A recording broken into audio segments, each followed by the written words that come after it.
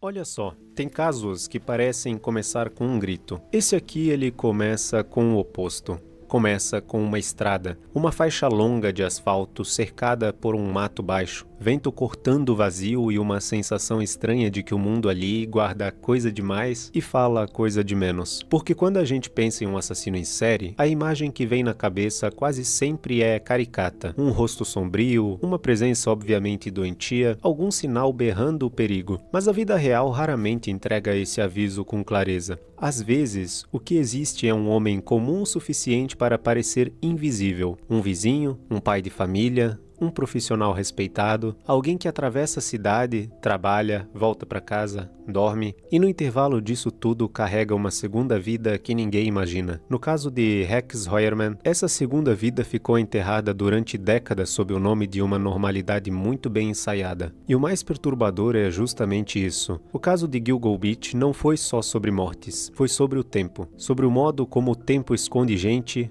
apaga pistas, distorce suspeitas e dá a impressão de que tudo aquilo virou poeira. Entre 1993 e 2010, restos mortais foram surgindo em intervalos que pareciam não conversar entre si. Só depois a costura começou a aparecer. Primeiro a dor, depois a lógica, depois o nome que estava escondido no meio de tudo. Rex Heuermann. E sabe o que dá mais arrepio? Não é só o crime, é o contraste. Um arquiteto de Manhattan, morador de Massapequa Park, vivendo perto dos lugares que virariam ponto de interrogação para toda uma geração de investigadores. O tipo de homem que, em tese, desenha estruturas, calcula medidas, pensa em formas, só que por trás dessa profissão de precisão havia uma mente que parecia ter transformado o caos em método. Agora repara numa coisa, às vezes o pior lugar para esconder um monstro não é a sombra, é a rotina.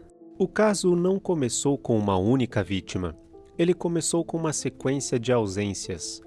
Sandra Costilla em 1993, Karen Vergata em 1996, Valerie Mack, Jessica Taylor, Marie Brainard Barnes, Melissa Barthelemy, Megan Waterman, Amber Lynn Costello.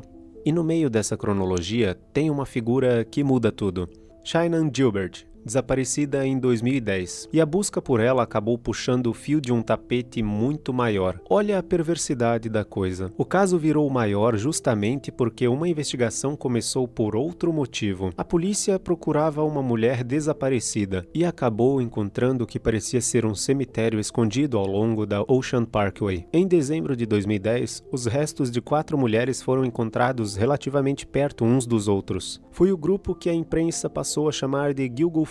Depois vieram outros conjuntos de restos em 2011, incluindo casos que já tinham sido arquivados e engolidos pelo tempo. E aí entra um detalhe que sempre me faz pensar quando o assunto é investigação mal resolvida. Quando um caso fica frio por anos, ele não fica quieto, ele apenas fermenta. A opinião pública começa a inventar teorias, os fóruns online criam seus próprios culpados e cada pedacinho de informação vira combustível para uma nova paranoia. Foi assim que surgiram suspeitas contra médico, policiais, homens com histórico de violência e até pessoas que depois foram descartadas pelas evidências. O problema é que, enquanto a internet fazia barulho, famílias inteiras continuavam esperando respostas. E aqui tem uma coisa profundamente humana. Quando a verdade demora demais, o cérebro odeia o vazio. Ele prefere uma explicação errada a nenhuma explicação. O caso de Gilgo Beach viveu exatamente nesse território. Todo mundo queria um rosto. Todo mundo queria uma linha reta, mas a realidade foi muito mais fragmentada. E pensando bem, talvez seja justamente isso que tenha mantido esse caso vivo por tanto tempo, porque durante anos ninguém estava olhando para uma história completa. Todo mundo estava olhando para pedaços, pedaços de vítimas, pedaços de pistas, pedaços de suspeitos, pedaços de teorias. E quando você só enxerga fragmentos, é muito fácil acreditar que eles nunca vão formar uma imagem inteira. O caso só começou a andar de verdade quando a polícia parou de olhar para o nevoeiro e começou a olhar para a rotina. Em 2022, uma nova força-tarefa foi montada com participação do FBI, e a partir dali o foco ficou mais cirúrgico. Um veículo compatível com o que tinha sido descrito no caso começou a chamar atenção. Depois a pesquisa foi ficando cada vez mais estreita, mais pesada, mais específica. E é aqui que a história fica quase claustrofóbica. Porque não foi um lampejo hollywoodiano. Não foi aquela descoberta impossível que aparece de repente e resolve tudo. Foi trabalho de formiga, vigilância, cruzamento de dados, pistas aparentemente banais que juntas formam uma porta. Investigadores chegaram a uma caixa de pizza descartadas por Hoyerman em Manhattan. E foi dali que extraíram um material genético que combinou com evidências ligadas às vítimas. No mesmo pano de fundo, havia também histórico digital, documentos guardados em dispositivos antigos, incluindo o que as autoridades descreveram como blueprint dos crimes. E sabe o que eu acho interessante nessa parte? Ela mostra que a fantasia do crime perfeito é exatamente isso. Uma fantasia. Pode demorar, pode enterrar provas, pode confundir gerações, mas a tecnologia muda. A perícia muda e às vezes até o lixo de um homem pode virar testemunha. O caso de Hoyerman acabou se transformando num retrato muito cruel da era digital, porque alguém que tentou operar como um predador meticuloso acabou exposto por rastros biológicos, rastros eletrônicos e pela própria insistência humana de juntar as peças. E tem outro detalhe que pesa bastante, porque a acusação mostrou que não foi apenas um criminoso impulsivo, mostrou um sujeito que parecia organizar o horror com lógica. Os investigadores e a promotoria falaram de pesquisas na internet sobre o próprio caso, de interesse por conteúdos extremos e de uma obsessão que, para quem olha de fora, parece quase impensável, mas talvez seja exatamente isso que torna tudo tão incômodo, porque o mal às vezes não vem em explosão, ele não vem anunciando que chegou, não vem parecendo aquilo que a gente espera encontrar. Às vezes ele vem em agenda, em rotina, em planejamento, e talvez seja justamente isso que faça casos como esse serem tão difíceis de processar, porque existe algo de perturbador em perceber que certas pessoas conseguem separar completamente a aparência daquilo que realmente são. Por fora, uma vida comum. Por dentro, uma realidade que ninguém ao redor conseguia enxergar. E quanto mais a investigação avançava, mais essa distância entre uma coisa e outra começava a ficar impossível de ignorar. Durante anos, o caso foi engolido por teorias paralelas. Muita gente apontou para figuras como Peter Hackett. Outros acreditaram em conspirações internas da polícia, especialmente por causa do nome de James Burke. Também houve quem tivesse apostado em John Betroff como autor de partes dos crimes. E o curioso é que essas teorias não surgiram do nada. Elas surgiram porque a investigação oficial tinha falhado por tempo demais. E quando as instituições falham, o imaginário coletivo toma o volante. Mas a ciência foi fechando as portas uma a uma. O que parecia rumor virou ruído. O que parecia trilha principal foi ficando lateral. E, no fim, a combinação de DNA, análise digital e reconstrução investigativa apontou Hoyerman como centro de gravidade de ao menos 7 homicídios formalmente admitidos por ele depois. Em abril de 2026, ele se declarou culpado por 7 mortes e admitiu ter matado uma 8ª vítima que não constava formalmente da acusação original. E aqui entra uma ideia que eu acho muito forte. A internet ama as teorias porque as teorias dão forma ao medo. Um monstro invisível assusta mais do que um nome. Só que, quando a verdade aparece, ela quase sempre é menos cinematográfica e mais triste. Não é um gênio do mal, não é um enigma sobrenatural. É um homem, um conjunto de decisões, um padrão repetido. Um ser humano que escolheu fazer do outro um objeto. E isso é pior do que qualquer lenda, porque não depende de fantasia nenhuma. Às vezes eu penso que o caso de Gilgo Beach não fala só de assassinato. Fala de como a sociedade olha para certas vítimas com pressa demais, e para certos suspeitos com atraso demais. Fala de quem é ouvido, de quem é descartado, de quem recebe prioridade e de quem vira nota de rodapé. E quando a justiça finalmente chega, ela não apaga a pergunta que ficou por anos no escuro. Quantas vidas poderiam ter sido salvas se a atenção tivesse vindo antes? Porque essa talvez seja a parte mais difícil de aceitar. Quando a gente olha para um caso resolvido, existe uma tendência natural de sentir alívio, como se a resposta final fechasse todas as feridas. Mas nem sempre funciona assim. Às vezes a solução de um caso responde uma pergunta e abre várias outras. E talvez seja por isso que histórias como essa continuam incomodando mesmo depois que o culpado tem nome, rosto e condenação. Porque, no fim das contas, elas não falam apenas sobre quem cometeu os crimes.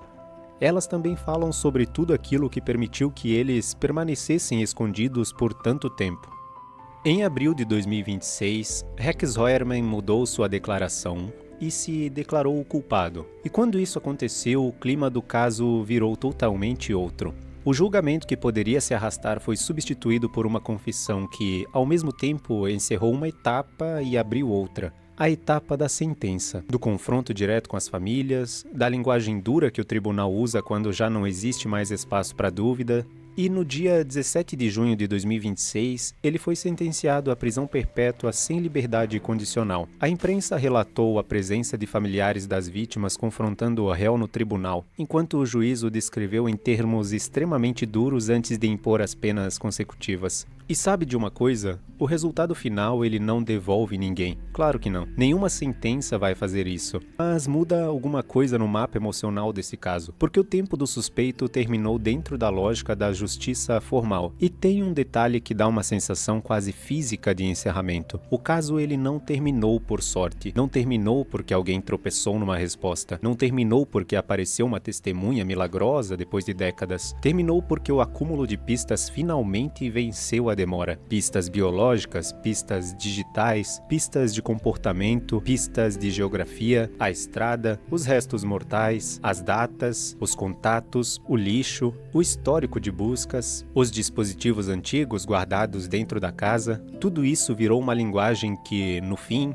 a justiça conseguiu ler. E quando a gente olha para trás, talvez essa seja uma das partes mais impressionantes de toda a história, porque durante anos parecia que o caso estava condenado a permanecer incompleto. Parecia que a resposta tinha desaparecido junto com o tempo. Mas elas não desapareceram. Elas estavam espalhadas, fragmentadas, escondidas em lugares diferentes, esperando alguém juntar as peças certas. E foi exatamente isso que aconteceu. Não houve uma única prova definitiva que resolveu tudo sozinha. Houve uma soma, uma construção, um quebra-cabeça que levou vários anos para ganhar forma. E talvez seja por isso que parte dessa história tenha um peso tão diferente. Porque ela não fala apenas sobre a culpa, ela fala sobre a persistência, sobre o fato de que, às vezes, a verdade demora muito mais do que a gente gostaria, mas continua lá, esperando para ser encontrada. E agora vem a parte que ninguém gosta de encarar, porque quando o culpado recebe um nome, a vontade é acreditar que a história acabou. Mas a história, assim, não acaba. Ela só muda de lugar, sai da investigação e entra na memória das famílias, sai da manchete e entra na cabeça de quem perdeu alguém, sai do fórum online e vai morar naquele tipo de silêncio que fica em casa quando a porta fecha à noite. Talvez a lição mais incômoda desse caso seja esta: a monstruosidade não precisa parecer monstruosidade. Às vezes ela usa camisa social, conversa com os vizinhos, guarda papelada, atravessa os bairros e volta para jantar. E é justamente por isso que casos como esse assustam tanto assim, porque eles não mostram um abismo distante, mostram uma fenda dentro da vida de cada um. E se eu te disser que o mais difícil não é descobrir quem fez, mas entender como tanta gente olhou sem ver, como uma estrada inteira pôde guardar respostas durante todos esses anos? Como a tecnologia, que parecia inútil diante do tempo, acabou virando a chave para isso. Como uma vítima esquecida, uma pista descartada e um arquivo antigo podem, juntos, desmontar a ficção de um homem que achava que nunca seria encontrado. E talvez seja por isso que eu gosto tanto de contar histórias como essa, porque no fundo elas não falam só sobre os crimes. Elas falam sobre as pessoas, sobre as escolhas, sobre os erros, sobre as coisas que ficaram escondidas até alguém parar por alguns minutos e resolver olhar com mais atenção. E se você chegou até aqui, de verdade, muito obrigado. Porque este canal ainda está começando. Neste momento a gente está tentando alcançar a marca de 50 inscritos. E parece pouco quando comparado aos canais grandes que a gente vê por aí, mas para quem está começando do zero, cada pessoa que decide ficar por perto muda completamente a caminhada. Então se você gosta desse tipo de conversa, dessas histórias que vão além das manchetes, e dessa ideia de sentar aqui por alguns minutos para pensar juntos sobre casos como esse, fica por aqui. Não porque eu preciso de um número de inscritos, mas porque seria muito legal ter você acompanhando os próximos capítulos dessa jornada. E agora eu quero saber a sua opinião. Quando um caso desses finalmente encontra o nome certo, ele traz paz ou só deixa a pergunta ainda mais profunda?